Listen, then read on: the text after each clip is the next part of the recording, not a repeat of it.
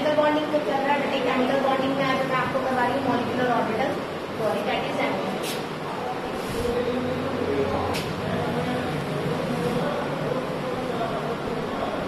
हाँ जी बेटे, ध्यान से समझिए, हम बात कर रहे हैं मॉलिक्यूलर ऑर्बिटल थ्योरी। म्यूजिकल है ना बेटे?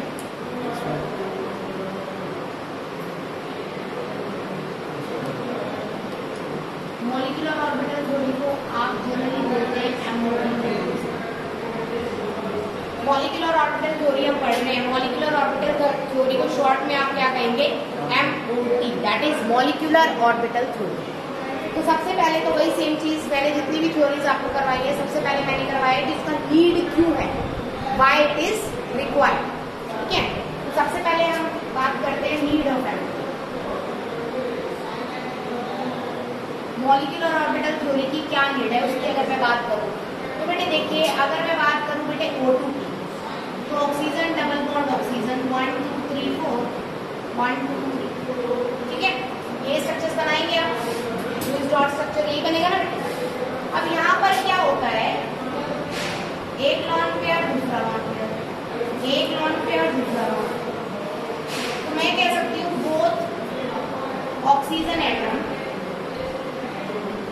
have two lone pairs। बात समझ आई? लॉन पेयर्स का मतलब है कि पेयर्ड इलेक्ट्रॉन है बेटे सारे के सारे। लॉन पेयर का मतलब क्या है?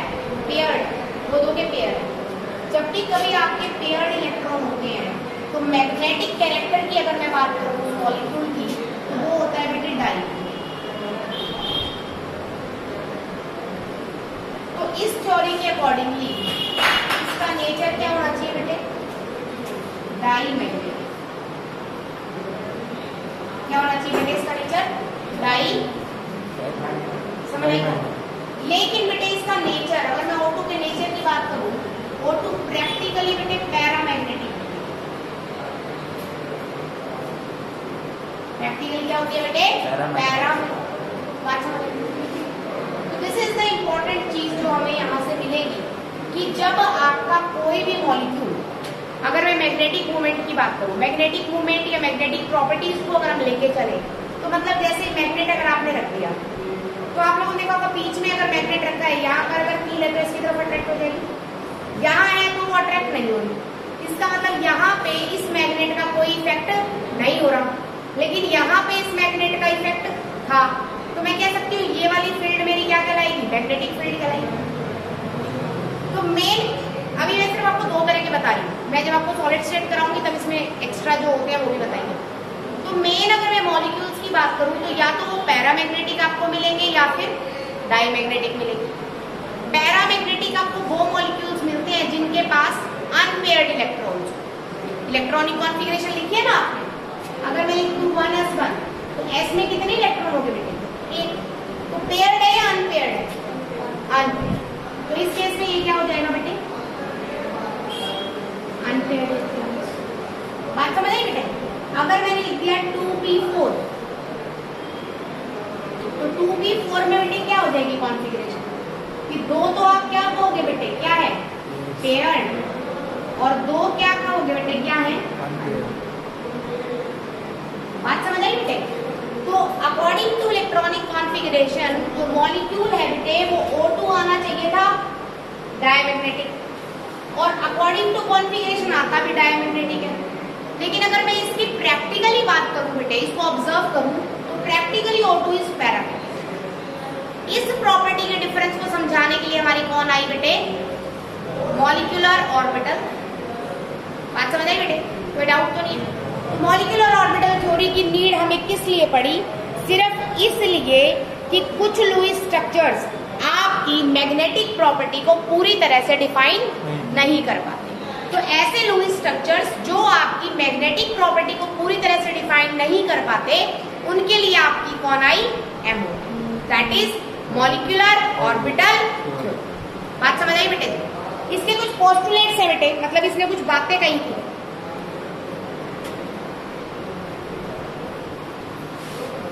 That is concept of MO।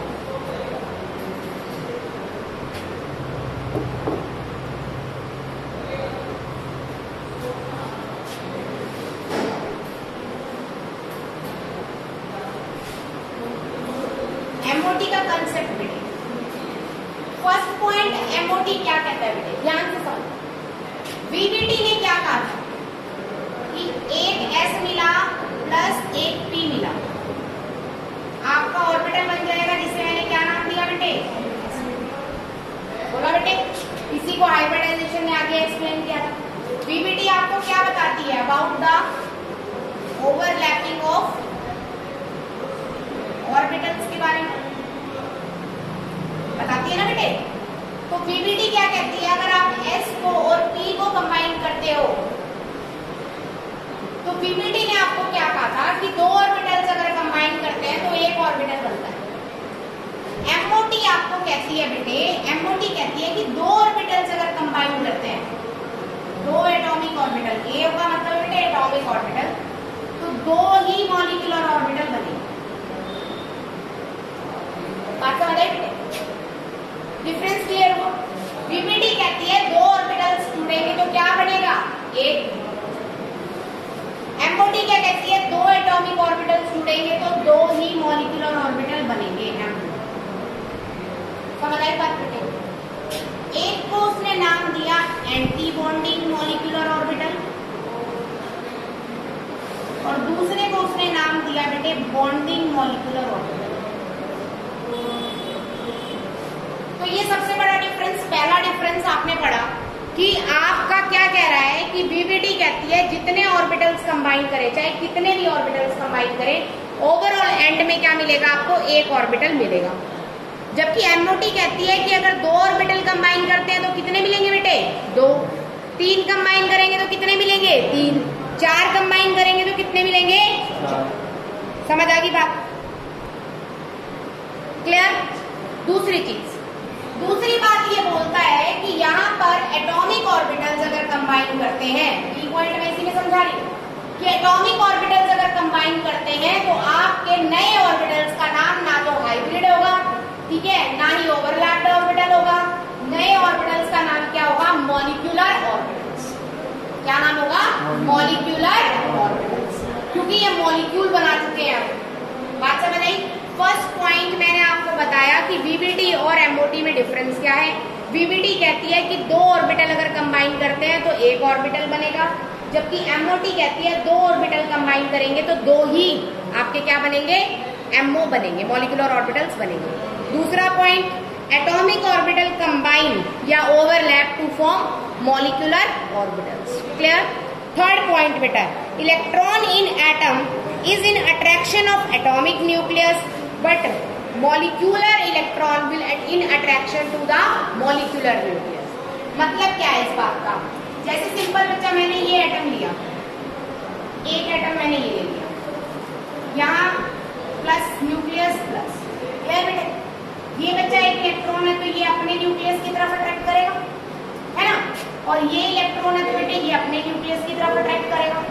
लेकिन अगर यही दो ऑर्बिटल ओवरलैप कर जाते हैं तो यहाँ प्लस बेटे यहाँ प्लस, अब ये इलेक्ट्रॉन जो है बेटे ये इसके ऑर्बिटल की तरफ अट्रैक्ट करेगा और ये इसके, उल्टा हो गया, उल्टा हो गया ना बेटे। इसका इलेक्ट्रॉन इसके न्यूक्लियस को अट्रैक्ट कर रहा था, इसका इलेक्ट्रॉन इसके न्यूक्लियस को अट्रैक्ट कर रहा था, लेकिन जब कंबाइन करा देखो इसका इलेक्ट्रॉन किसके न्यूक्लियस को, उसके, क्योंकि वो पास है, प्लस चार्ज है बेटे, माइनस यहाँ होगा तो इसी के पास जाएगा, ये ना सोचेगा मैं तो इस ऑर्बिटल का हूँ। बात समझ आई। ओवरलैपिंग होने के बाद तो वैसे भी ऑर्बिटल्स कंबाइन कर रहे हैं, ठीक है। तो मॉलिक्यूलर ऑर्बिटल के अंदर इलेक्ट्रॉन की अट्रैक्शन टुवर्ड्स कहाँ होती है बेटे, न्यूक्लियस ऑफ द मॉलिक्यूल। बात समझ आई, मतलब मॉलिक्यूल के सेंटर में अट्रैक्शन रहेगी, जबकि एटम्स के केस में एटम के सेंटर में अट्रैक्शन रहती है। तीनों पॉइंट क्लियर है।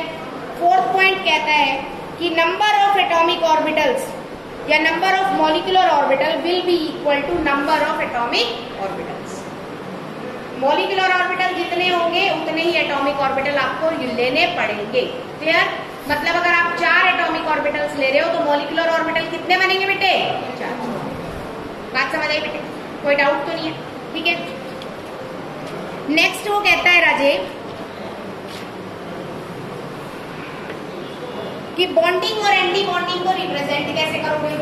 देखिए राजे इस बात को, अगर मैंने ये माना ये 1s1 है, मैंने यहाँ भी माना ये 1s1 है ना, तो सिंपल सी बात है कि दो ऑर्बिटल बनाएगा बेटे, एक और एक दो, इसको मॉलिक्यूलर ऑर्बिटल, ये भी मॉलिक्यूलर ऑर्बिटल, इसे बोलेंगे बॉन्डिंग मॉलिक्यूलर और इसे क्या बोलेंगे बेटे, एंटी बॉन्डिंग मॉलिक्यूलर ऑर्बिटल। यही दो नाम आपको बताए, एक का होगा एंटी बॉन्डिंग और दूसरे का नाम क्या होगा, शॉर्ट फॉर्म में लिखा है मैंने BMO एंड ABM।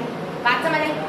अगर मैं कह रही हूँ कि 1s और 1s, कह रही हूँ क्या, आप PPT पढ़ चुके हैं, 1s और 1s से सिग्मा बॉन्ड बनेगा पाई सिग्मा, एक्सियल ओवरलैपिंग हो रही है बेटे, ये S है बेटे, ये दूसरा S है, बोलो कौन सा बन रहा है, ये बात समझ आई राजे? तो मैं कह रही हूँ कि यहाँ पर बॉन्ड कौन सा बन रहा है, सिग्मा 1s, यहाँ पर भी सिग्मा 1s1, ये बात समझ आई? आप ध्यान से समझिए, टाइप ऑफ बॉन्ड आपने लिख दिया सिग्मा, ऑर्बिटल जिससे बना आपने वो लिख दिया बेटे, लिख दिया ना, एक इसके पास एक इसके पास, यहाँ तक कोई डाउट बेटे, ये चीज क्लियर है?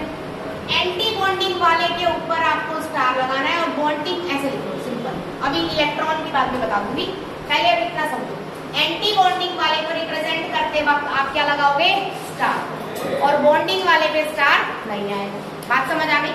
बुक में भी आपको इसी तरह से रिप्रेजेंट किया हुआ मिलेगा, एंटी बॉन्डिंग पे स्टार और बॉन्डिंग पे कोई स्टार नहीं, नॉर्मल। ठीक है, ये चीज मैं क्लियर कर दूं, एज लाइक VBT,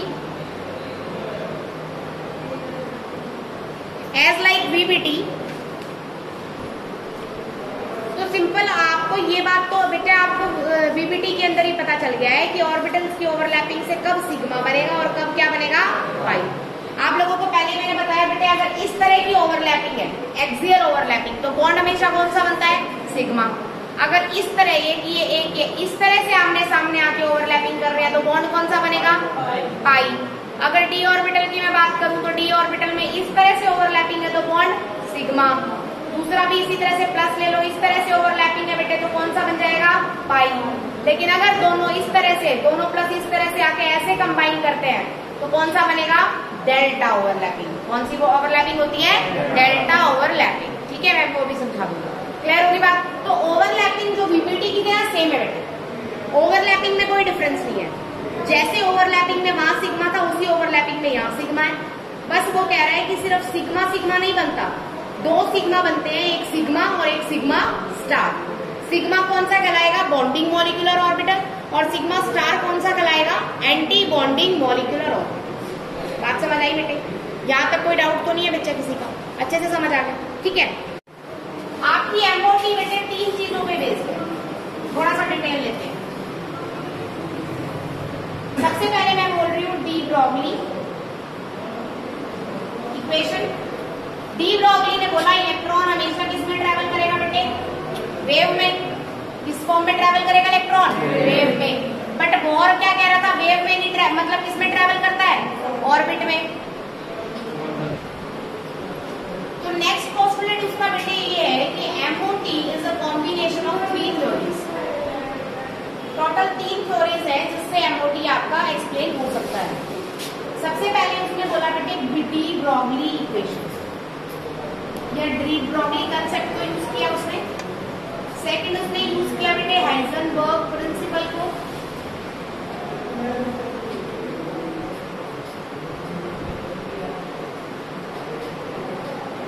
और तीसरा उसने यूज किया बेटे स्क्रॉडिंगर वेव इक्वेशन।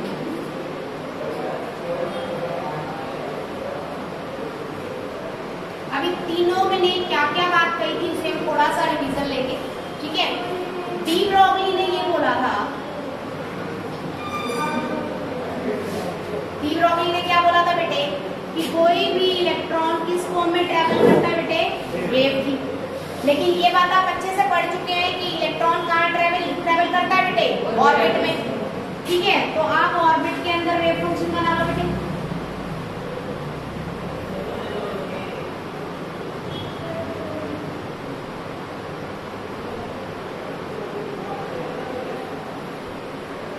समझ आई बात बेटे? फर्स्ट क्लियर है, आगे थोड़ा सा रिवाइंड। सेकंड अगर मैं बात करूं बेटे हाइजेनबर्ग अनसर्टेनिटी की, हाइजेनबर्ग ने बोला था कि पोजीशन एंड वेलोसिटी दोनों के दोनों एग्जैक्ट फाइंड आउट करना क्या है, इम्पॉसिबल है, बोला था। तो दोनों एग्जैक्ट कैलकुलेट नहीं किए जा सकते।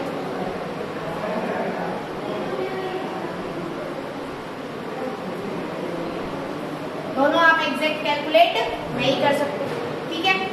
तीसरी मैं बात करूं बेटे स्क्रोडिंगर वेव इक्वेशन की।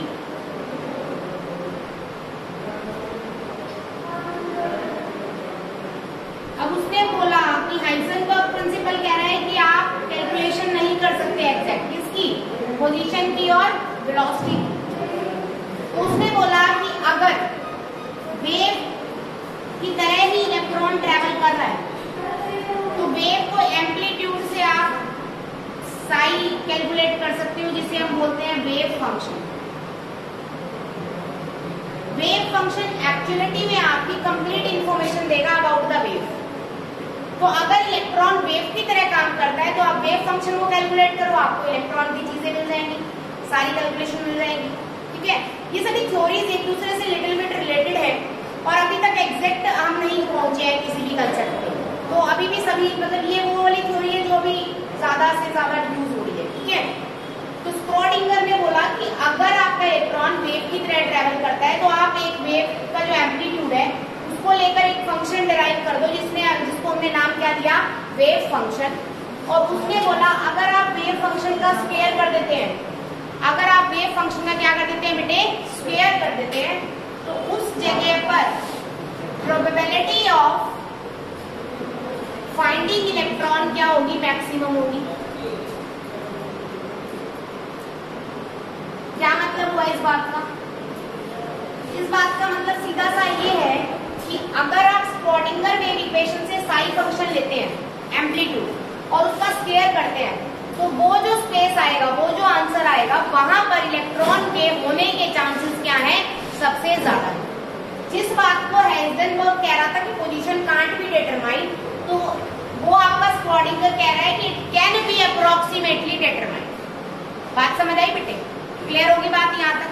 तो एमओटी इसी प्रिंसिपल्स पे बेस है। इन तीनों प्रिंसिपल्स पे कैसे बेस है वो हम आगे हम देखते हैं। एमओटी ने सिंपल ये बोला कि आपकी ये जो तीन थ्योरीज काम कर रही है, Heisenberg, de Broglie and Schrödinger wave equation, अगर हम इन तीनों को कैलकुलेट करें तो एक वेव और दूसरी वेव ऑर्बिटल्स क्या है, अगर इलेक्ट्रॉन वेव की तरह ट्रेवल कर रहा है तो हम इलेक्ट्रॉन्स के जो ऑर्बिटल्स की ओवरलैपिंग दिखा रहे हैं उसको हम वेव से रिप्रेजेंट कर सकते हैं ना, कि कहीं पर तो ऑर्बिटल का क्या है बेटे, कहीं पर तो ऑर्बिटल जैसे गोल ऑर्बिटल है तो चारों पांचों डायरेक्शंस पे आप किसी भी तरफ देख लीजिए, वैसे डायरेक्शन 3 होती है आपकी। मेरे कहने का मतलब अगर आप बॉल ले रखी है तो आप किसी भी डायरेक्शन में आप जाइए, जो वॉल्यूम है वो उसका सेम रहेगा। तो वही चीज वो कह रहा है कि अगर आप ऑर्बिटल्स लेते हैं तो कौन सी डायरेक्शनल है, कौन सी नॉन डायरेक्शनल है, किस तरह से कंबाइन करेंगे, किस तरह से नहीं, उसको क्या मान के कंबाइन करो, ऑर्बिटल्स को क्या मान के कंबाइन करो बेटे, वेव मान के, ठीक है। तो अब हम इनका कॉम्बिनेशन देखते हैं कि किस तरह से ये कंबाइन करेंगे। नेक्स्ट हम बात करते हैं बेटे ऑर्बिटल्स की एनर्जी के बारे में।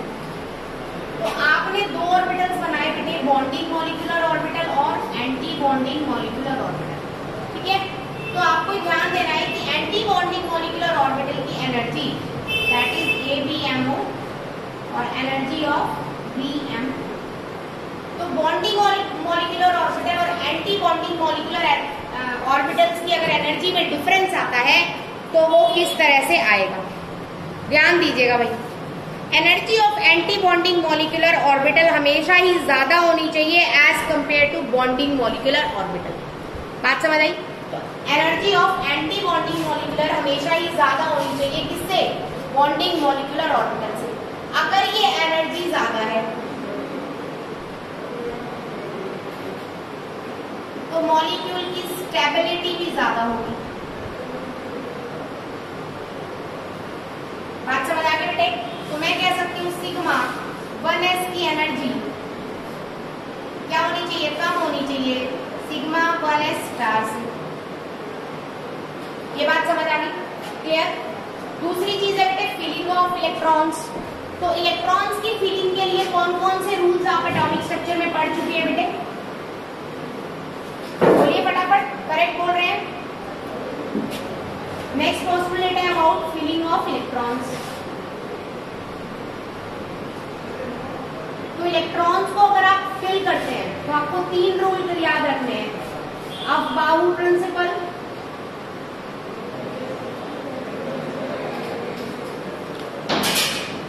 अब बाउ प्रिंसिपल क्या होता है, कौन था?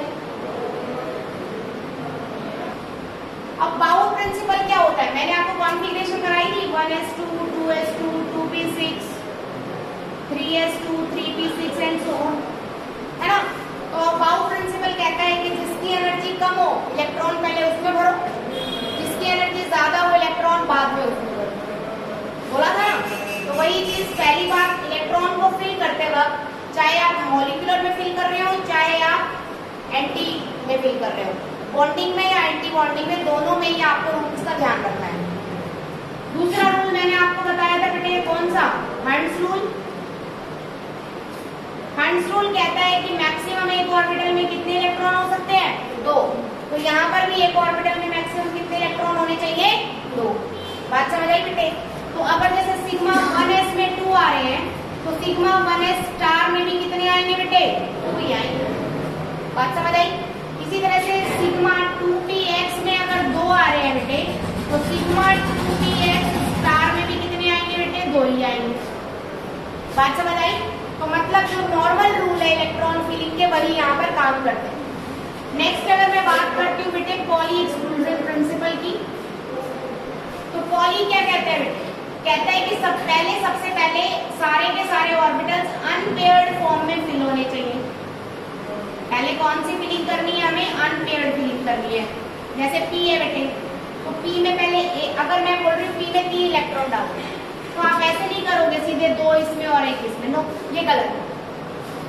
पॉली एक्सक्लूजन कह रहा है कि पहले तीनों को सिंगल सिंगल दो, डाल के 3। अब अगर मुझे 5 डालने हैं तो अगर मैं ऐसे कर देती हूँ 2 4 मान के चलो, अगर मुझे 4 डालने हैं तो मैंने करे 2 और 2, तो ये गलत है। मुझे इस तरह से करना पड़ेगा 1 2 3 और 1। बात समझ आई बेटे? क्लियर होगी बात अच्छे से? तो यहाँ पर ये कह रहा है कि rules are same for filling the electrons, जिस अकॉर्डिंगली आप इलेक्ट्रॉनिक कॉन्फ़िगरेशन लिखते थे किस पे बेस पे? बाउ, हंड्स एंड पॉली एक्सक्लूजन पे। उन्हीं तीनों रूल को आप ध्यान में रखते हुए इसकी भी कॉन्फ़िगरेशन लिखेंगे। क्लियर होगी मेरी बात? ठीक है। नेक्स्ट अगर मैं बात करूं बेटे about the bonding orbitals, that is bond order की, तो उसके बाद हम यहाँ पर कैलकुलेट करेंगे बॉन्ड ऑर्डर। तो बॉन्ड ऑर्डर का फॉर्मूला क्या होगा? ध्यान से समझिए।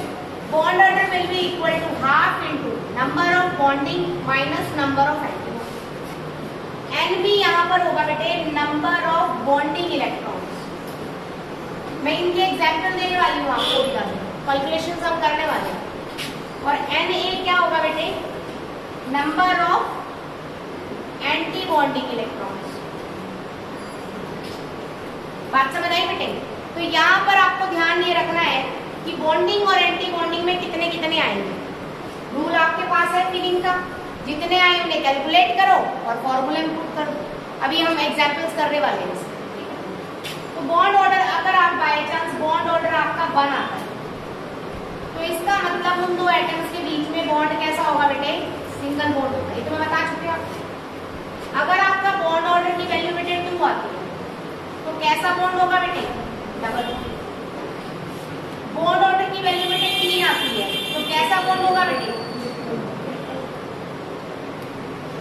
अब भाई 2.5 3.5 तो चलो होता नहीं है, 2.5 2.4 2.3 1.8 1.2 तो वो पार्शियल बॉन्ड कैरेक्टर आ जाता है। ठीक है।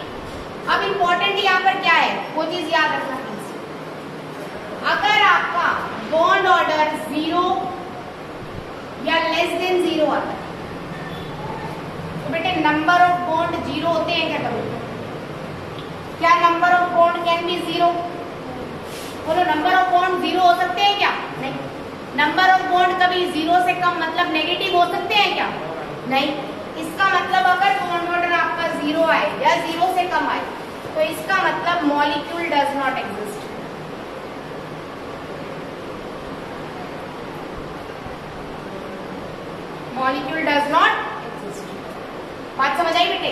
अगर इस टाइप की कंडीशन आती है कि मॉलिक्यूलर ऑर्बिटल आपका 0 या लेस देन 0 आता है तो उस केस में मॉलिक्यूल एग्जिस्ट नहीं करता। जैसे कि He2 के केस में हम निकालेंगे मॉलिक्यूलर ऑर्बिटल कितना, बॉन्ड ऑर्डर आपका 0 आ जाए, निकालेंगे अभी, उस केस में 0 आएगा तो इसका मतलब He2 एग्जिस्ट नहीं करता। बात समझ आई बेटे, कोई डाउट तो नहीं? ठीक है, उसके बाद है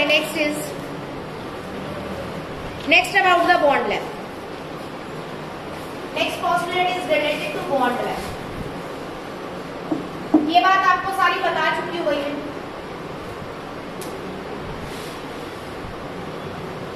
बॉन्ड लेंथ अगर हम बात करें बेटे ध्यान से समझो, सिंगल, डबल और ट्रिपल, आपको पता है कि बॉन्ड ऑर्डर यहाँ पर क्या हो रहा है बेटे, इंक्रीज हो रहा है। इसका बॉन्ड ऑर्डर 1 है, इसका 2 है और इसका कितना है बेटे 3। लेकिन अगर मैं बॉन्ड लेंथ की बात करूं बेटे तो आपको पहले ही बता रखा है कि सिंगल में ऑर्बिटल की ओवरलैपिंग दूर दूर रहते हैं। अगर मैं डबल की बात करूं तो बहुत क्लोजिंग ओवरलैपिंग आ जाएगी ना बेटे। तो जैसे जैसे बॉन्ड के नंबर बढ़ते हैं बॉन्ड लेंथ वैसे वैसे क्या होगी, घटेगी। तो बॉन्ड लेंथ का ऑर्डर क्या हो जाएगा बेटे, सबसे छोटी ट्रिपल, उसके बाद डबल और सबसे शॉर्ट। समझ आ गई बात बेटे? बॉन्ड स्ट्रेंथ,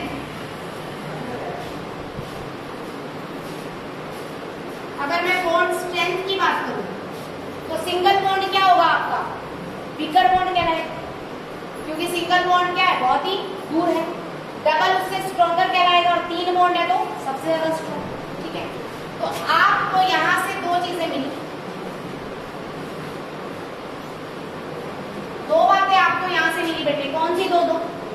कि पहली बात की bond order is inversely proportional to किसके बेटे, बॉन्ड लेंथ, करेक्ट। दूसरी प्रॉपर्टी बेटे bond order is inversely proportional to किसके बेटे, बोलो, बॉन्ड स्ट्रेंथ। 2 बातें क्लियर है, कोई डाउट तो नहीं है? समझ आया अच्छे से?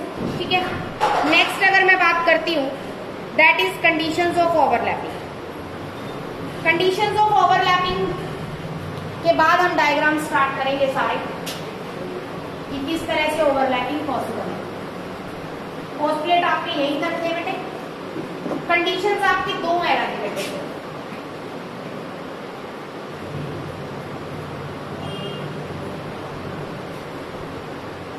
Only 2 conditions are there.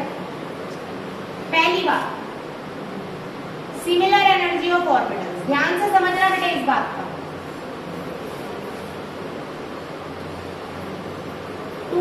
2s से कंबाइन हो जाएगा क्योंकि एनर्जी लगभग दोनों की बराबर है। 2s 2p से भी कंबाइन हो जाएगा क्योंकि एनर्जी लगभग दोनों की फिर भी बराबर है। लेकिन मैंने जो 2s और 6s की ओवरलैपिंग, तो क्या पॉसिबल है? There is a lot of difference between the energies बेटे, क्योंकि आप इलेक्ट्रॉन फील करते हैं 1s2 2s2 2p6, तो 2s2 तो स्टार्टिंग में ही आ जाता है और 6s देखो कितना लास्ट में है। तो ऑर्बिटल्स के बीच में एनर्जी गैप क्या हो गया, ज्यादा। तो इस टाइप में यहाँ पर बॉन्डिंग पॉसिबल नहीं। बात समझ आई बेटे? दूसरी बच्चा, axial overlapping is possible only. First था सिमिलर एनर्जी, सेकेंड है बेटे axial overlapping is possible.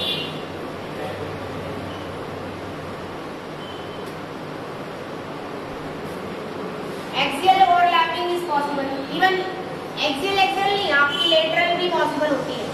Possible तो यहाँ पर दोनों होती है, तो कौन सी नहीं होती है वो देखिए। जीरो ओवरलैपिंग का केस क्या होगा बेटे, दोनों आप ले लीजिए आराम से। ये देखिए बेटे मैंने एक ही एक्सिस पे 2 बनाए हैं, तो ये इस तरह से कंबाइन करते हैं। एक ही एक्सिस पे कंबाइन कर रहे हैं, मैं यू बना दूं, कंबाइन हो रहे हैं ना बेटे, हो रहे हैं ना भाई। मैं यू बना दूं, कंबाइन हो रहे हैं। लेकिन अगर मैंने यू बना दिया तो क्या कॉम्बिनेशन होगा? नहीं। क्यों? क्योंकि इसका एक्सिस तो ये है बेटे और इसका एक्सिस ये है, मतलब सेम एक्सिस पे ऑर्बिटल्स कंबाइन करेंगे। समझ आई बात बेटे? तो both atomic orbital must be symmetrical along a बोलो एक्सिस। किसी भी एक्सिस के अकॉर्डिंगली दोनों के दोनों ऑर्बिटल्स क्या होने चाहिए, सिमेट्रिकल होने चाहिए। अब ये बात मुझे बताने की जरूरत ना महसूस हो कि यहाँ पर बॉन्ड कौन सा बनेगा, सिग्मा, यहाँ पर भी सिग्मा, यहाँ पर पाई और यहाँ पर नहीं। इस टाइप की जब आपके दो ऑर्बिटल्स, ध्यान से समझिए, वही पॉइंट आ गया है, जब आपके दो ऑर्बिटल्स अलग अलग एक्सिस पे लाई करते हो तो इस टाइप की ओवरलैपिंग होती नहीं है वैसे, इसीलिए इनको बोलते हैं जीरो ओवरलैपिंग। तो अगर आपको दे दे तो आप कहोगे it is a case of zero overlapping. बात समझ आई बेटे? तो इस टाइप से यहाँ पर ओवरलैपिंग पॉसिबल नहीं होती है, अलाउड। बात समझ गई? कोई डाउट है?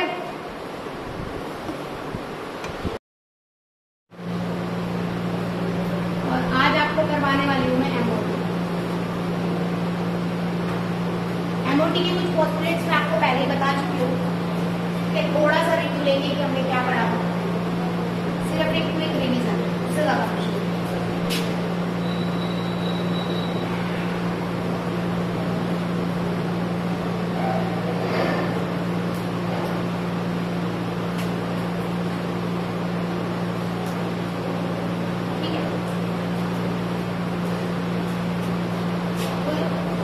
पोस्टुलेट्स में हमने क्या क्या पढ़ा? सबसे पहले तो हमने ये पढ़ा था कि हमें इसकी रिक्वायरमेंट क्यों है। अगर मैं बात करूं कि इसकी रिक्वायरमेंट तो व्हाई वी नीड एमओटी, तो दो ऐसी प्रॉपर्टीज है जो एमओटी से पता लगाई जा सकती है। First is magnetic character,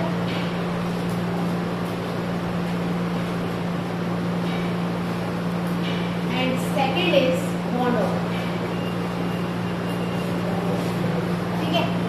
bond order आपका निकालने के और भी बहुत सारे तरीके हैं, लेकिन मैग्नेटिक मोमेंट सिर्फ एमओटी के थ्रू ही आप बता सकते हैं। ठीक है, तो मैग्नेटिक मोमेंट कैलकुलेट करने के लिए और पता लगाने के लिए कि कोई भी गिवन कंपाउंड या मॉलिक्यूल पैरामैग्नेटिक है या फिर क्या है बेटे, डाईमैग्नेटिक है, हम इस्तेमाल करते हैं एमओटी। तो इसके फर्स्ट पोस्टुलेट की बात करती हूँ मैं। पोस्टुलेट्स का मतलब है कंसेप्ट ऑफ एमओटी, जो उसने बताया।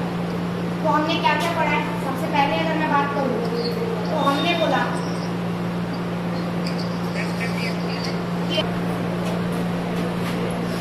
तो सबसे पहले पोस्टुलेट हमने पढ़ा कि एटॉमिक ऑर्बिटल्स क्या करेंगे बेटे, कंबाइन करेंगे और आपका क्या बनाएंगे बेटे, मॉलिक्यूलर ऑर्बिटल बनाएंगे। ठीक है, दूसरा पॉइंट हमने इसमें पढ़ा कि जितने एटॉमिक ऑर्बिटल, मतलब एटॉमिक ऑर्बिटल कंबाइन करके क्या बनाएंगे बेटे, मॉलिक्यूलर ऑर्बिटल। दूसरा पॉइंट हमने पढ़ा कि जितने एटॉमिक ऑर्बिटल कंबाइन करेंगे उतने ही क्या बनेंगे बेटे, मॉलिक्यूलर ऑर्बिटल। और इसके अंदर एक आपका कहलाएगा BMO, that is bonding molecular orbital, और दूसरा कहलाएगा anti bonding molecular orbital. Third point, anti bonding molecular orbital की जो एनर्जी होगी वो हमेशा ही ज्यादा होगी then the bonding molecular orbital. कहना याद तक? Next D point, anti bonding molecular orbital को अगर सिग्मा बॉन्ड बन रहा है तो सिग्मा, पाई बॉन्ड बन रहा है तो पाई। अब वो अगर 1s से बन रहा है तो 1s, 2p से बन रहा है तो 2p। आप सिर्फ सिंपल सिग्मा से रिप्रेजेंट करेंगे किसको, बॉन्डिंग को। एंटी बॉन्डिंग के लिए आप ऊपर क्या बनाएंगे, स्क्वायर। इसी तरह से अगर आपको बॉन्डिंग मॉलिक्यूलर दिखाना है तो सिग्मा 1s और पाई 2px। तो स्टार अगर आ जाएगा रिप्रेजेंटेशन में तो वो क्या आएगा, एंटी बॉन्डिंग के लिए। स्टार अगर यूज नहीं करवा रहे तो वो आएगा बॉन्डिंग। ठीक है, नेक्स्ट, अगर आपको इलेक्ट्रॉन्स की फिलिंग करनी है, इलेक्ट्रॉन्स की अगर फिलिंग करनी है तो आपको हंस रूल, पॉली एक्सक्लूजन प्रिंसिपल,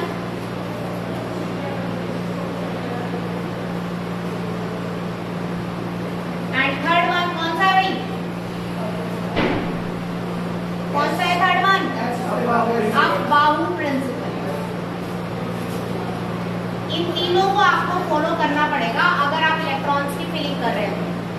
ठीक है, मतलब हंस रूल कहता है, अफ-बाऊ प्रिंसिपल कहता है कि अकॉर्डिंग टू एनर्जीज फिल करोगे आप, हायर द एनर्जी, बोलो जिसकी एनर्जी ज्यादा होगी, लेटर इलेक्ट्रॉन फिल। या आप कह सकते हो कि जिसकी एनर्जी कम होगी उसमें इलेक्ट्रॉन पहले भरा जाएगा। पॉली एक्सक्लूजन प्रिंसिपल क्या कहता है कि आपके दो इलेक्ट्रॉन्स होने चाहिए एक ऑर्बिटल में और दोनों इलेक्ट्रॉन्स क्या होनी चाहिए, अपोजिट स्पिन्स की। यही कह रहा है क्या पॉली एक्सक्लूजन प्रिंसिपल, यही कहता है? बताइए, किसी ने भी रिस्पॉन्स नहीं दिया। एटॉमिक स्ट्रक्चर का तो टेस्ट दे चुके हो तुम लोग, मुझे बेवकूफो नहीं दिया अब तक टेस्ट।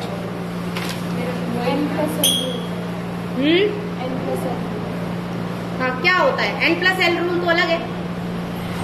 पॉली एक्सक्लूजन प्रिंसिपल क्या कहता है कि पहले इलेक्ट्रॉन क्या होंगे,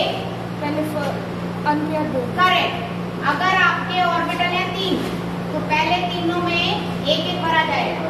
पहले सभी ऑर्बिटल्स क्या होंगे बेटे, अनपेयर्ड इलेक्ट्रॉन से फिल होंगे।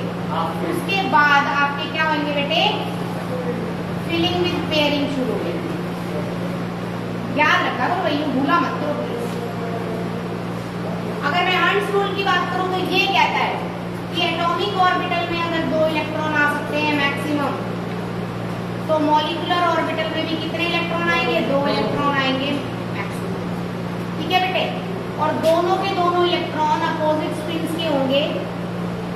अपोजिट स्पिन का मतलब है एक इधर घूम रहा है तो दूसरा इधर घूमेगा, ताकि उसमें रिपल्शन कम से कम हो। एक अगर इधर से आ रहा है और दूसरा इधर से आ रहा है तो वो पूरा सर्कल कंप्लीट करने में सिर्फ 2 बार आमने सामने आएंगे। As a result repulsion minimum. अगर दोनों एक साथ घूमने लगेंगे तो एक साथ पूरे सर्कल में आमने सामने रहेंगे, रिपल्शन विल बी मैक्सिमम। ठीक है, उसके अलावा नेक्स्ट पोस्टुलेट हमने किया कि एटॉमिक ऑर्बिटल के अंदर न्यूक्लियस और ये इलेक्ट्रॉन, हर एटम का इलेक्ट्रॉन अपने एटॉमिक न्यूक्लियस की तरफ अट्रैक्ट होता है। ठीक है, दूसरा एटम एक और ले लिया मैंने, ये एटॉमिक न्यूक्लियस, ये इलेक्ट्रॉन अट्रैक्ट होगा। लेकिन जब ओवरलैपिंग हो जाती है, तो दिस इज इंपॉर्टेंट, देखिए इस सर्कल का इलेक्ट्रॉन यहाँ है और इस सर्कल का इलेक्ट्रॉन बेटे यहाँ है, लेकिन ये अट्रैक्ट होगा इस तरफ और ये अट्रैक्ट होगा इस तरफ। तो नियर बाय न्यूक्लियस की तरफ अट्रैक्ट होता है, मतलब मॉलिक्यूलर सेंटर की तरफ अट्रैक्ट होगा, मॉलिक्यूलर न्यूक्लियस की तरफ अट्रैक्ट होगा। डन। उसके अलावा हमने पढ़ा MOT is a combination of, 3 theory से कॉम्बिनेशन हुआ है MOT का। कौन कौन सी? हाइजेनबर्ग अनसर्टेनिटी प्रिंसिपल, जो कहता है कि आपकी पोजीशन और वेलोसिटी एक्यूरेटली कैलकुलेट नहीं की जा सकती। दूसरा है डी ब्रोगली, जो कहता है कि इलेक्ट्रॉन मूव करता है as a wave. And third Schrödinger,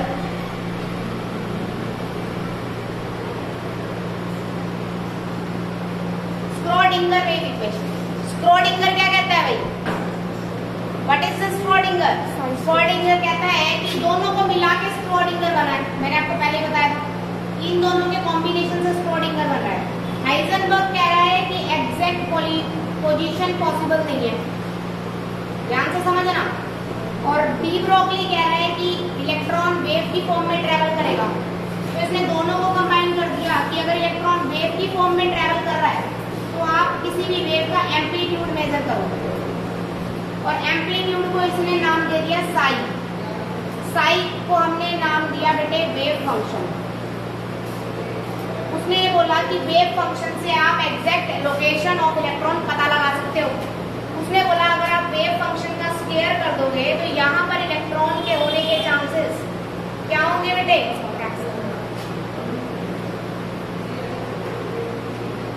clear है मेरी बात यहाँ?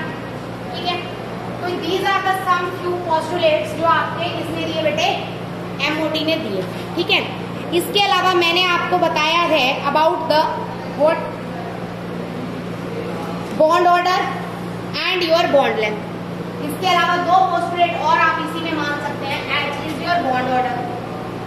कि अगर आपको बॉन्ड ऑर्डर कैलकुलेट करना है तो हाफ इंटू में NB माइनस NA होगा। NB is equal to number of electrons in bonding और Na is equal to number of electrons in anti bonding। बात समझ आई बेटे जी? इसमें मैंने आपको एक बात बताई थी कि bond order can not be negative. क्या किसी भी बॉन्ड ऑर्डर को, मतलब बॉन्ड ऑर्डर का मतलब होता है number of bonds. Bond order किस चीज को रिप्रेजेंट करता है बेटे? नंबर ऑफ बॉन्ड्स को। तो क्या नंबर ऑफ बॉन्ड्स नेगेटिव हो सकते हैं? नहीं, 1 ही हो सकता है मिनिमम। उससे कम नंबर ऑफ बॉन्ड पॉसिबल नहीं है। इसी तरह से क्या नंबर ऑफ बॉन्ड 0 हो सकते हैं? नहीं। अगर नंबर ऑफ बॉन्ड 0 है तो इसका मतलब बॉन्ड है ही नहीं। बॉन्ड है ही नहीं तो आप इस दोनों ही केसेस में कह सकते हैं कि मॉलिक्यूल डज नॉट एग्जिस्ट।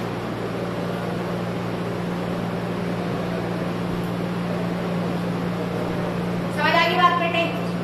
इसी चीज से हमने बॉन्ड ऑर्डर से ही अगला पोस्टुलेट निकाला है, दैट इज बॉन्ड लेंथ का।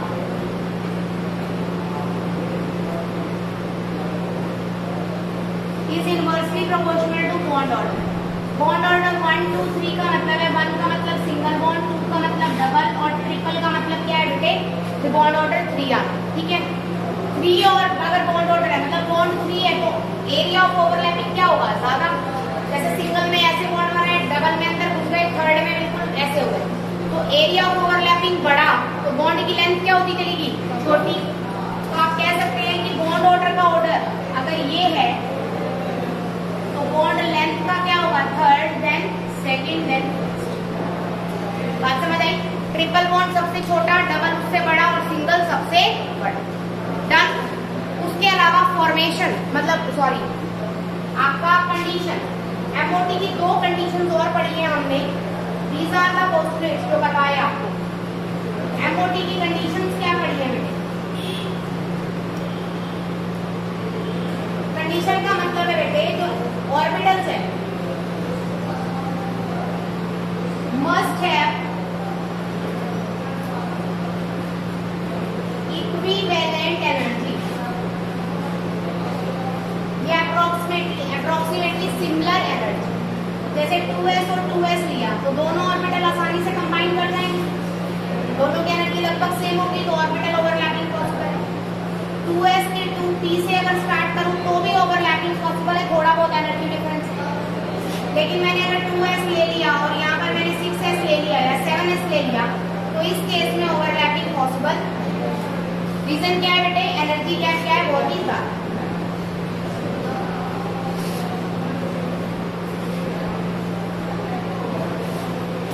Energy gap is very. ये फर्स्ट कंडीशन थी बेटे। इसकी सेकंड कंडीशन क्या कहता है? What is the second condition? कि आपके ऑर्बिटल अगर ओवरलैप कर रहे हैं तो एक्सिस क्या होनी चाहिए? Same. Axis must be. For example ये एस एक्सिस पे है तो दूसरा भी एस एक्सिस पे होना चाहिए ताकि कॉम्बिनेशन हो सके बेटे। इसी तरह से ये अगर इस तरह से है तो दूसरा भी ऐसे होना चाहिए ताकि कॉम्बिनेशन हो सके। डन बेटे? इस तरह से एक लिया है तो दूसरा भी इसी तरह से होना चाहिए ताकि कॉम्बिनेशन हो सके। डन है मेरी बात? लेकिन अगर आप केस ले लेते हैं बेटे AQ प्लस AQ तो ये तो यहाँ जाएगा भाई, यहाँ ओवरलैपिंग करेगा, यहाँ तो इलेक्ट्रॉन है।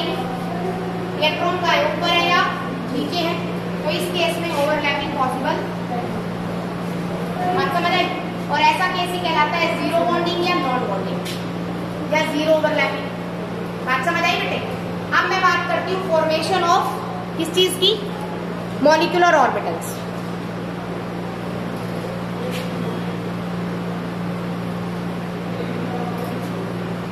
सबने नोट्स लिख लिए? हाँ जी, नोट्स बन गए हैं सभी के?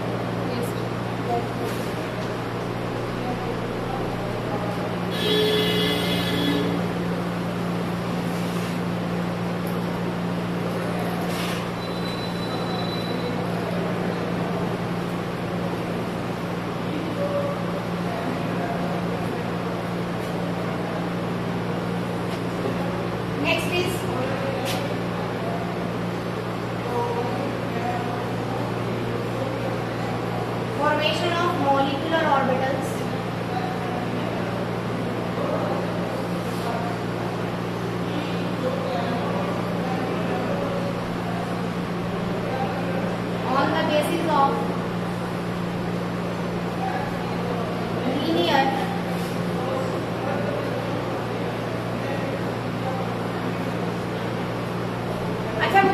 इंटरफेरेंस, पहले मुझे बताओ what is the interference of wave.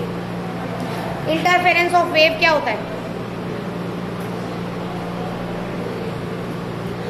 Physics में नहीं पढ़ा है इंटरफेरेंस ऑफ वेव? अभी पढ़ा नहीं है?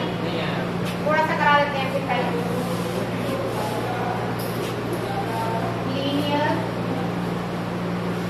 Combination of atomic orbitals.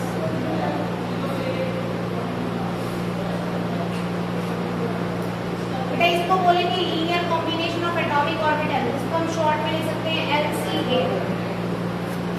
और linear combination of atomic orbital का प्रिंसिपल क्या होता है बेटे? इसका प्रिंसिपल होता है इंटरफेरेंस ऑफ वेव। आगे चलने से पहले यही टॉपिक हम समझाएंगे, इसे नहीं निकालो। तो टॉपिक काम कर रहा है बेटा interference of wave. Interference of wave क्या होता है इसको थोड़ा सा ध्यान से समझिए। इंटरफेरेंस ऑफ वेव का मतलब होता है बेटे mixing of wave.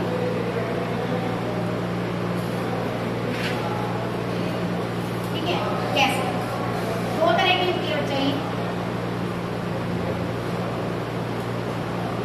Constructive wave या कंस्ट्रक्टिव इंटरफेरेंस और डिस्ट्रक्टिव इंटरफेरेंस। मान जाओ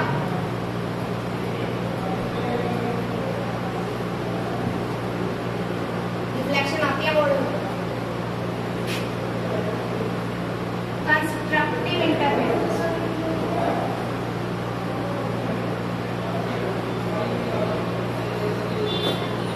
ध्यान से समझिए, मैंने दो वेव फंक्शन लिए हुए थे, एक इनको जोड़ते वक्त आपको पता है ऑर्बिटल्स कंबाइन करते हैं ना। तो ये इस तरह के मैंने दो फंक्शन लिए हैं, मैंने ये दो ऑर्बिटल दिखाए हैं, कंबाइन करके कुछ ऐसा स्ट्रक्चर आएगा ना।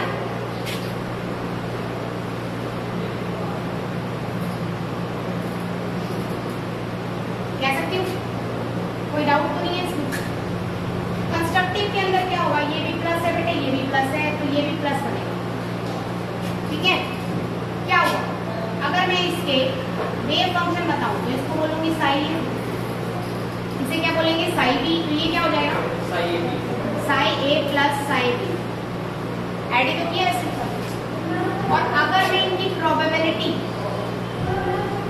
ऑफ फाइंडिंग इलेक्ट्रॉन चेक करूं, ये चीज ध्यान से समझिएगा, जो कि क्या होता है बेटे साई स्क्वायर होता है। ए वाले की क्या बन जाएगी बेटे साई ए का स्क्वायर, बी वाले की क्या बन जाएगी बेटे साई बी का स्क्वायर, और इसकी क्या बनेगी Sai A plus psi B का होल। ये बात समझ आ गई? कोई डाउट बेटे यहाँ तक? अब अगर इसी चीज को थोड़ा सा आगे लें तो Sai A plus psi B का होल स्क्वायर का फॉर्मूला आप लोगों को आता है साई ए का स्क्वायर प्लस साई बी का square plus 2 psi A into Sai A plus B का होल स्क्वायर लगाया। नॉर्मल में कह दूं तो ये थी मेरी प्रोबेबिलिटी ऑफ फाइंडिंग इलेक्ट्रॉन, ये थी ना बेटे इस ऑर्बिटल की और इस ऑर्बिटल की टोटल फाइंडिंग इलेक्ट्रॉन ये थी। अब क्या होगी बेटे टोटल, ये तो थी ही, इतनी तो पहले ही थी, देखो प्रीवियस, उसमें कोई ना कोई अमाउंट ऐड हुआ है ना। तो मैं कह सकती हूँ कि probability of finding electron that is Sai square की वैल्यू क्या कर रही है इंक्रीज कर रही है बेटे अराउंड द न्यूक्लियस, क्योंकि इलेक्ट्रॉन कहाँ मिलता है न्यूक्लियस के चारों तरफ ही तो मिलता है। ये बात समझ आ गई? क्लियर? तो जब कभी भी probability of finding electron around the nucleus increase करे तो हमेशा ही याद रखना बॉन्डिंग मॉलिक्यूलर ऑर्बिटल बनते हैं।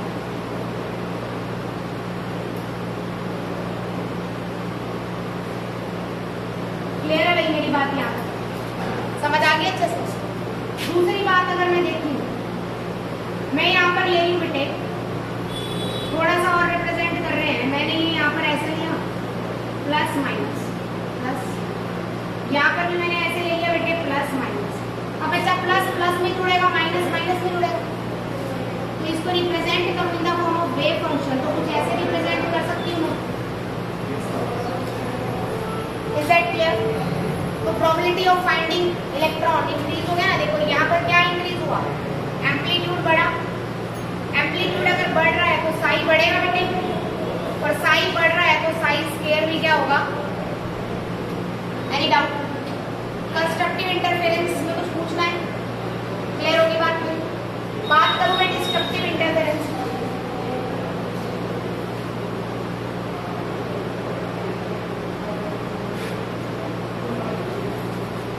डिस्ट्रक्टिव इंटरफेरेंस का मतलब बेटे अपोजिट फेज कंबाइन करेंगे। ध्यान से समझिएगा कैसे।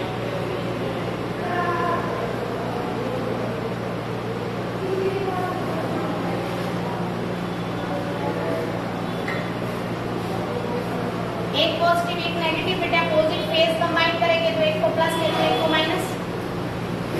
यहां से जो आपका निकलेगा कुछ ये होगा बेटे प्लस माइनस। इस पॉइंट पर क्या कोई वैल्यू होती है? क्या इस पॉइंट पे कोई वैल्यू है? नहीं है। तो मैं कह सकती हूँ कि इस पॉइंट पे प्रोबेबिलिटी शॉर्ट में लिखेंगे of finding electron is equal to 0 है बेटे। यहाँ पर इलेक्ट्रॉन नहीं मिलेगा, नहीं मिलेगा, तो मैं कह सकती हूँ साई स्क्वायर की वैल्यू इस पॉइंट पे 0 है, तो मैं कह सकती हूँ साई की वैल्यू इस पॉइंट पे क्या होगी? 0 होगी बेटे। ऐसा पॉइंट जहाँ पर इलेक्ट्रॉन की फाइंडिंग प्रोबेबिलिटी 0 हो या फिर साई की वैल्यू 0 हो, उसे हम बोलते हैं नोड। उसे हम क्या बोलते हैं बेटे? क्लियर होगी मेरी बात? कोई डाउट तो नहीं है यहाँ? अगर यही चीज मैं इस केस में करूं बेटे, psi A plus psi B sorry minus psi B is equal to, अब क्या बन गया? सॉरी हमने तो ऐड ही किया ना, अपोजिट फेज में है तो क्या हुआ? हमने तो ऐड ही किया, तो क्या बन गया? Sai A minus psi B बनाया है। प्रोबेबिलिटी ऑफ फाइंडिंग इलेक्ट्रॉन यहाँ पर देखूं तो वो psi A square plus psi B square is equal to psi A minus psi B का होल स्क्वायर। इसको अगर आप खोलेंगे तो आपका बनेगा psi A square plus psi B square minus 2 psi A into psi B. Any doubt बेटे? Clear होगी मेरी ये बात? अच्छे से समझ आ गया?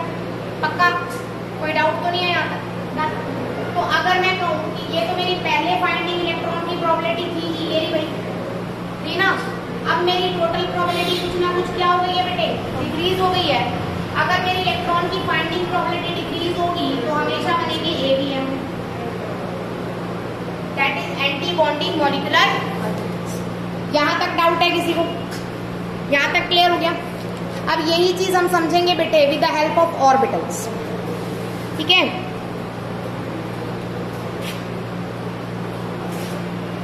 सबसे पहले मैं ले रही हूँ आपके सामने कंस्ट्रक्टिव के ऑर्बिटल्स और फिर हम समझेंगे destructive.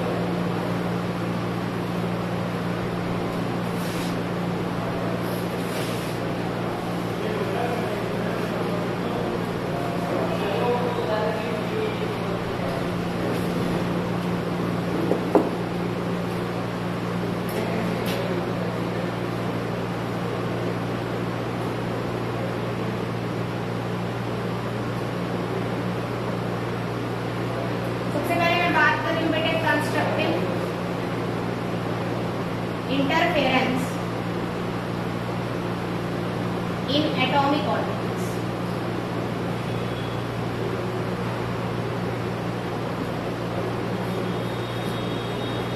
Constructive interference in atomic orbitals कैसे रिप्रेजेंट करेंगे? कोई भी एटॉमिक ऑर्बिटल है बेटे तो उसमें प्लस और माइनस दोनों होंगे, प्लस माइनस प्लस माइनस। मैंने आपको क्या कहा है? सेम फेज कंबाइन करेंगे, तो यहाँ प्लस प्लस सेम है तो सेम वाले कंबाइन कर देंगे, तो ये क्या बनाएगा? थोड़ा सा छोटा बना रही हूँ मैं।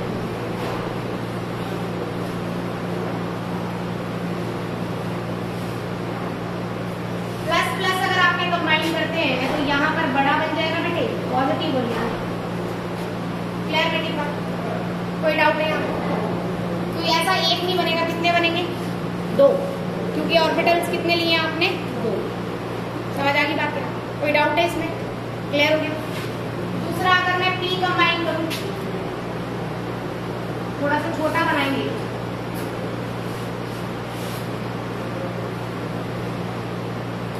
Plus plus minus. अब बेटे प्लस प्लस कंबाइन करके बीच में तो बड़ा बन जाएगा प्लस, और साइड में दो लग जाएंगे छोटे छोटे माइनस। इज दैट क्लियर बेटे? समझ गए? नेक्स्ट, अगर मैं दो P ऐसे कंबाइन करूं बेटे,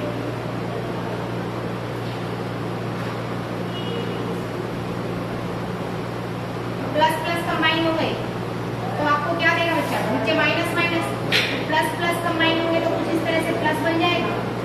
आपको पता है पाई बॉन्डिंग होती है, यहाँ पर होगी ना पाई बॉन्डिंग। अब इस एरिया पे, अब मुझे देखिए इस एरिया पे फाइंडिंग इलेक्ट्रॉन की प्रोबेबिलिटी क्या होगी? 0। यहाँ पर इस एरिया में हो रही थी एटॉमिक ऑर्बिटल में, लेकिन जब ऑर्बिटल कंबाइन करते हैं तो बिल्कुल पास आ जाते हैं, तो प्रोबेबिलिटी खत्म 0 की। लेकिन यहाँ पर तो कोई भी कुछ भी कॉम्बिनेशन हो ही नहीं रहा है एक्सिस पे, तो मैं कह सकती हूँ ये वाला जो प्लेन है, ये प्लेन कहलाएगा मेरा नोडल प्लेन। नोड ऑर्बिट में होता है बेटे, एटॉमिक ऑर्बिटल, और नोडल प्लेन कहाँ होता है? आपका प्लेन पे होता है। मतलब नोड जो होगा पर्टिकुलर ऑर्बिट पे पोजीशन होगा, लेकिन नोडल प्लेन क्या होगा? ऑर्बिटल जो 3D ऑर्बिटल है उसके एक प्लेन पे पोजीशन होगा। बात समझ आ गई? क्लियर हो गया बात अच्छे से? ठीक है, तो यहाँ पर नोडल प्लेन की वैल्यू कितनी आ गई बेटे? 1 आ गई। ठीक है, अब अगर मैं d ऑर्बिटल्स की ओवरलैपिंग यहाँ दिखाऊं तो आप आसानी से बता देंगे। देखिए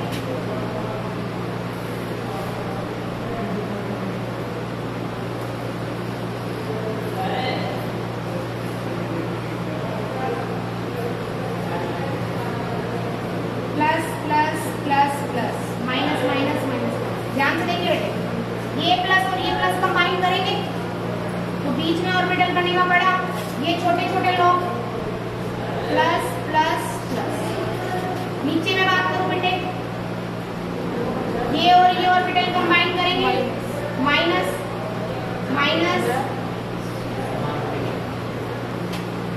यहां तक समझ आ गया? तो यहाँ पर नोडल प्लेन कितने बन रहे हैं?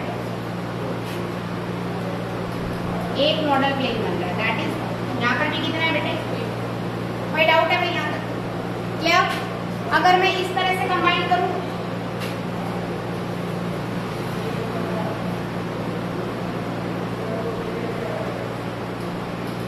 तो ये इसके साथ ऑर्बिटल ओवरलैप हो जाएगा बेटे। मैं यहाँ पर दे रही हूँ आपका प्लस प्लस माइनस माइनस, तो प्लस प्लस से कंबाइन होगा तो इस तरफ आएगा बेटे प्लस, और इस तरफ क्या आएगा राजे? समझ गए? तो प्लस प्लस कंबाइन होगा तो आप बना देंगे। ऑर्बिटल किस तरह से बनेगा इसके अंदर बताइए? इसकी शेप थोड़ी अजीब सी लग रही है ना आपको? अजीब सी लग रही है, इसीलिए सारी शेप्स की जरूरत नहीं है। आप ये बात पहले ही पढ़ चुके हैं कि dx² - y² अगर आपका s से कंबाइन करेगा तो बॉन्ड कौन सा बनेंगे? तो बॉन्ड यहाँ कौन सा बनेगा? सारी पोजीशंस कैसे याद रखोगे? सारी पोजीशंस तो याद रखिए। समझ आई? कंस्ट्रक्टिव में कोई डाउट लग रहा है? पूछना है कंस्ट्रक्टिव में? नेक्स्ट हम देख रहे हैं बेटे डिस्ट्रक्टिव।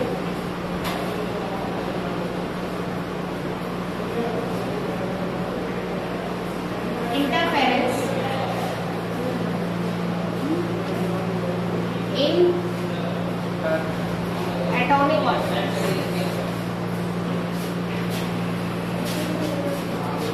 तो वही इस कंसेप्ट की बात करें तो सबसे पहले ऐसे स्क्वायर हो गए।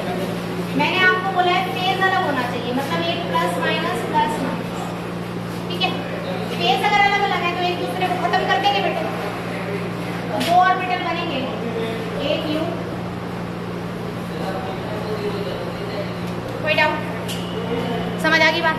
बीच में जब प्लस माइनस एक दूसरे से कंबाइन करेंगे, साइन वही सेम आएंगे, अभी कर रहे हैं। प्लस माइनस जब एक दूसरे से कंबाइन करेंगे तो बीच में क्या कर देंगे? इलेक्ट्रॉन फाइंडिंग डेंसिटी 0 कर देंगे, तो यहाँ प्लस आएगा बेटे, यहाँ माइनस, या माइनस। ये क्या बन गया आपका? Nodal plane. कितने बनेंगे? डन। इसी तरह से बेटे मैंने यहाँ पर ये लिखा, minus plus minus, plus minus एक दूसरे से दूर भागेंगे बेटे, इलेक्ट्रॉन डेंसिटी क्या कर देंगे, कम कर देंगे। प्लस वाले की एज इट इज माइनस वाले की छोटी होगी, इधर प्लस वाले की छोटी होगी माइनस वाले, क्या बन गया बेटे बीच में, नोडल में। क्लियर होगी मेरी बात। इसी तरह से तुम भी जेड का देख लो, प्लस माइनस प्लस माइनस, कैसे करोगे बेटे, कितने और बेटल्स बनेंगे पहले तो ये बताओ।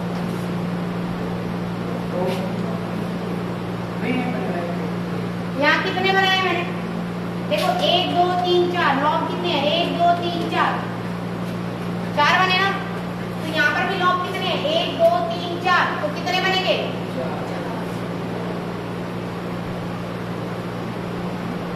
बीच में जब ये कंबाइन करेंगे तो बीच में इलेक्ट्रॉन फाइंडिंग डेंसिटी क्या कर देंगे, खत्म कर देंगे। तो एक नोडल प्लेन ये बन गया बेटे, करेक्ट, 2 बनेंगे और एक ये बन गया। तो नोडल प्लेन टोटल कितने हो गए यहाँ पर, minus plus minus plus. Clear होगी मेरी बात, कोई डाउट तो नहीं है। इसी तरह से अगर मैं Z ले लूं बेटे, सॉरी D ऑर्बिटल ले लें, अब चाहे XY लूं और चाहे YZ लूं, चाहे ZX लूं, चाहे x स्क्वायर y स्क्वायर, बात एक ही है, आपको रिप्रेजेंटेशन आनी चाहिए बस। अब लॉग कितने बनेंगे, 1 2 3 4 5 6 7 8,